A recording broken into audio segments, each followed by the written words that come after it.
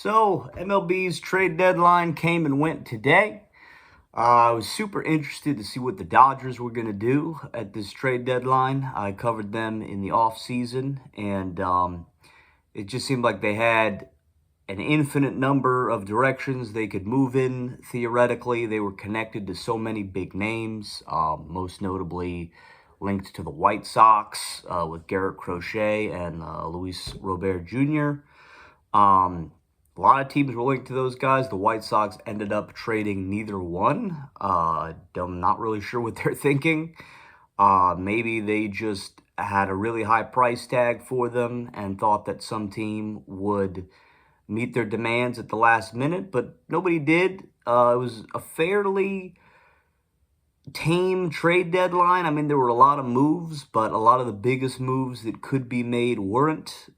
Garrett Crochet, Robert Jr., as I mentioned, Tarek Skubal, some other noteworthy pieces, Mason Miller, guys who were in trade rumors for months, didn't end up moving at the trade deadline. A lot of teams just kind of played it safe and are leaning on their internal options. It's kind of the state of baseball right now. There's just so much talent in the game that premium players don't have the value that they used to because teams like young and up and coming players and people that they can pick up on the cheap who have still relatively high upside can kind of match the value. So one of the reasons why guys like Blake Snell and Jordan Montgomery and company didn't get nearly as much money as they thought they would in free agency. And the Dodgers kind of fell in suit as well. I mean, they gave up so many less prospects than I thought they would at the trade deadline. I thought the writing was on the wall for them to make some huge moves. And but they did make some great moves. I think the Dodgers were able to get a ton of value back at a very reasonable price. Most notably, they traded for Jack Flaherty, who was probably the best starting pitcher moved at the deadline in terms of his performance this year. And amazingly, they were able to get him for way less of a prospect haul than a lot of the other pitchers that were moved at the deadline, like Zach Eflin, Trevor Rogers, even some relief pitchers like Jason Adam and Tanner Scott, I think got, you could argue, probably better prospect packages than the Tigers got for Flaherty. Now, obviously, Flaherty's just a rental. He's a free agent at the end of the year. So that's unfortunate for the Dodgers. Whenever you trade for a rental, I mean, you're giving up young, talented kids that could help you for years and years down the road for, 2 months of a pitcher with the hopes that maybe you can win a World Series this year. But the Dodgers have such a deep farm system, easy for them to expend a couple of their less significant prospects. I mean, the Dodgers really did not give up. They didn't give up any of their top 10 prospects at the trade deadline this year, which is amazing considering how deep and stacked they already are at the MLB level. Bringing in a guy like Flaherty, who's going to be a huge upgrade for them down the stretch.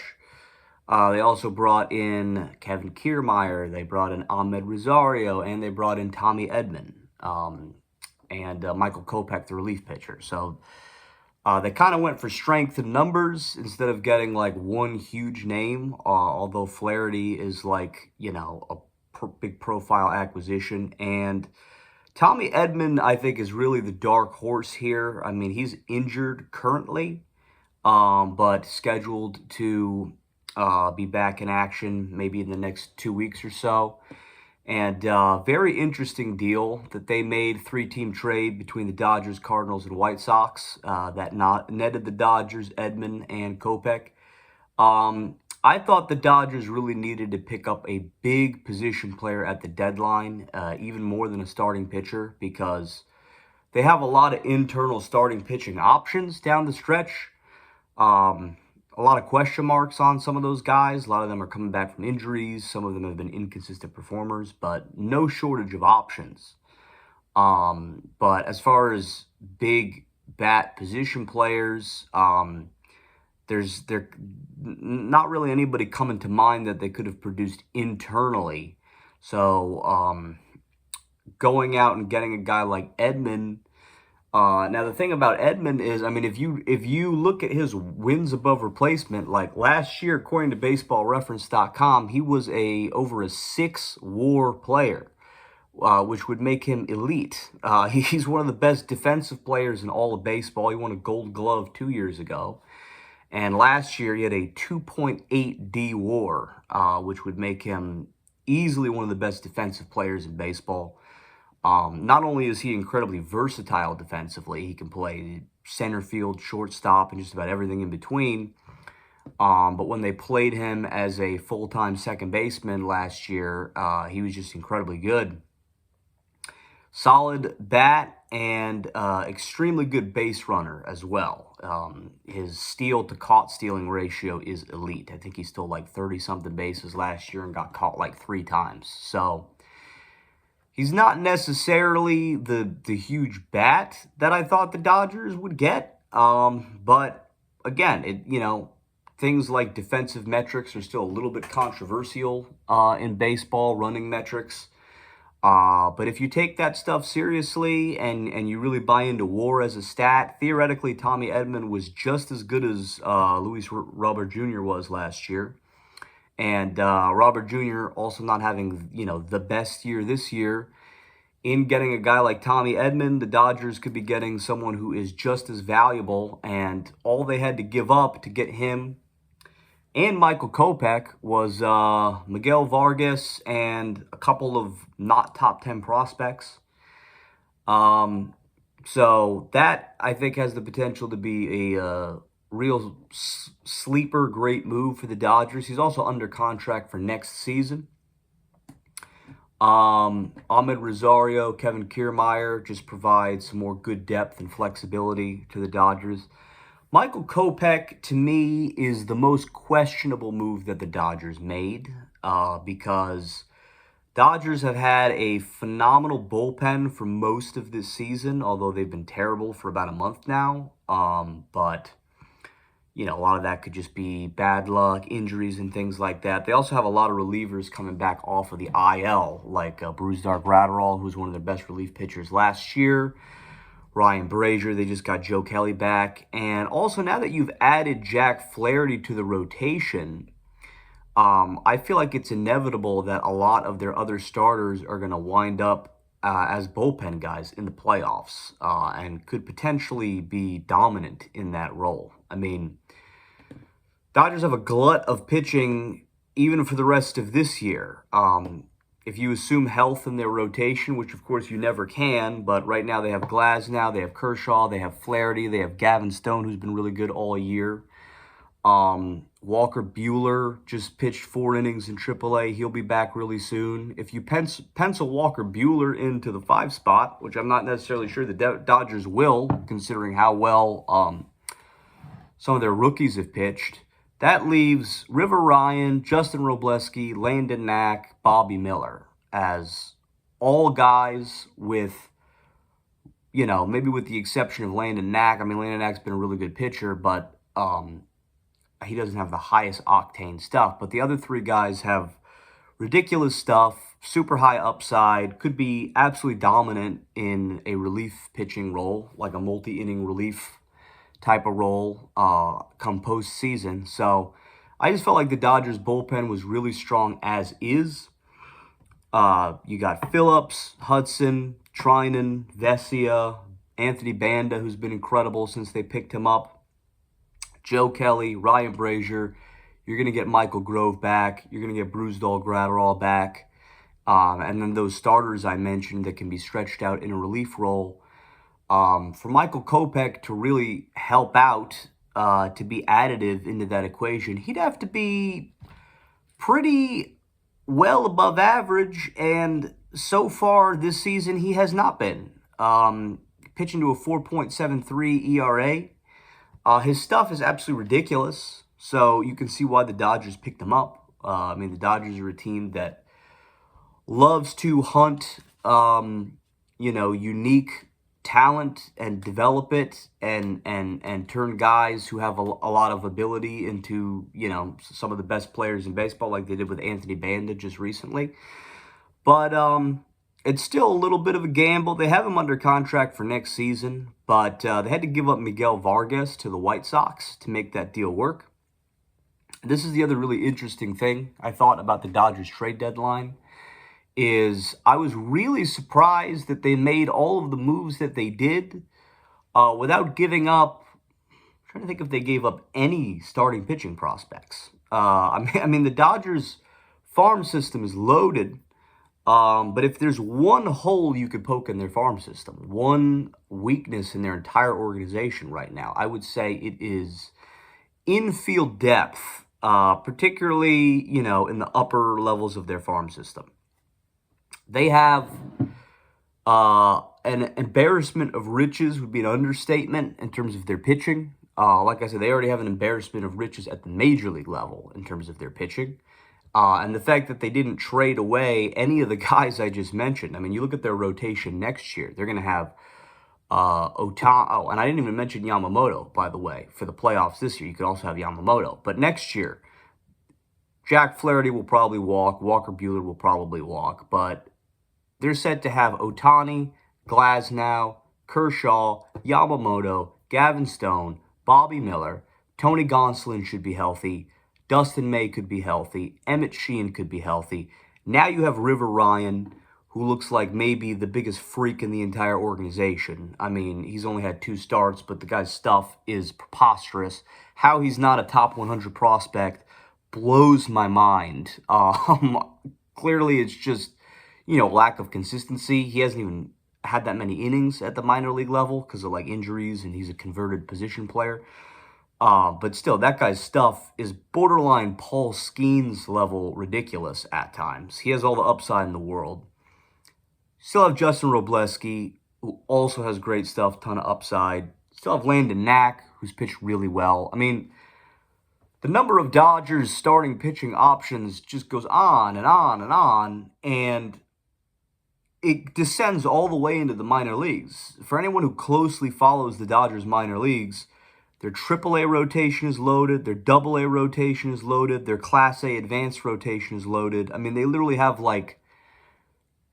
15 to 20 legitimately really good starting pitching prospects on top of everyone I just already named. And the fact, I thought for sure that in trades at the deadline this year, those would be some of the guys they would be giving away. Landon Knack, in particularly, I thought was kind of a no-brainer trade, because he's a guy who profiles as a really solid 3, 4, 5 starter, and the Dodgers, just have way more guys with more upside. Someone like Kyle Hurt could have been moved, even though he just had Tommy John surgery. Guy like Ben Kasparius having a great year in AAA. But no, instead the Dodgers made all their trades at the deadline almost exclusively using infield prospects. They traded away Gerald Perez, who at the time was their 17th overall prospect. He's now the White Sox 13th overall prospect. Young guy with a high upside, second baseman. They traded away Alexander Albertus. I think that's his name. He's now the 14th overall White Sox prospect, another really good infield prospect. And then they traded Trey Sweeney in the deal to get Jack Flaherty, who was in AAA. He was one of their more major league ready infield prospects. I mean, none of these guys are elite prospects. Again, they're not even in the Dodgers' top 10 prospects, but they are some of the only great infield prospects that the Dodgers have in their entire organization. So that's really my only question mark. I mean, I think the Dodgers had a great trade deadline. They were able to add a lot of talent and versatility and depth without giving up any of their elite prospects or major leaguers. Guys like Justin Robleski and River Ryan, and they held on to everybody, pretty much. That is top 100 prospect adjacent, current or former. But in giving up Miguel Vargas, Perez, Sweeney, Albertus, it leaves some question marks about their infield for the future. No question marks for next year, really. You still have Gavin Lux, Miguel Rojas, Tommy Edman, Max Muncy, Mookie Betts, all under contract. But after that, everyone I just named is a free agent other than Gavin Lux and Mookie Betts. And Mookie Betts might get moved to the outfield eventually. And the Dodgers, on paper right now, you look at their farm system, they have infinite starting pitching. They have phenomenal outfield prospects. Their best overall position prospect is an outfielder, Josu DePaula. They've long had some of the best catching depth in all of baseball. They traded away one of their best catching prospects, the Tigers, to get Jack Flaherty, but they still have 2 or 3 other really legit catching prospects, including their best one, Dalton Rushing, who's a top 100 prospect. So they have crazy depth everywhere, but not a lot of infield depth, particularly not a lot of upper-level infield depth. Their best infield prospects right now are all below A-ball. They're all either in the Dominican Summer League or in the rookie-level ball. They're like 17 to 18-year-old kids. They're probably years away from the majors. So how the Dodgers navigate their infield moving forward, I think, is going to be interesting. I don't think they're going to have a problem one way or another. I mean, they can sign free agents. They can trade some of their starting pitchers for infielders. They'll work it out. But it was just interesting to me that in a team so superfluously loaded with pitching prospects and catching prospects and outfield prospects, they made almost all their deals at the trade deadline using exclusively infield prospects, which is the only area of their farm system that was lacking a little bit of depth to begin with. Michael Kopech is the biggest question mark. If they can, harness his freakish stuff and turn him into a Mason Miller-esque reliever, then obviously the deal was worth it.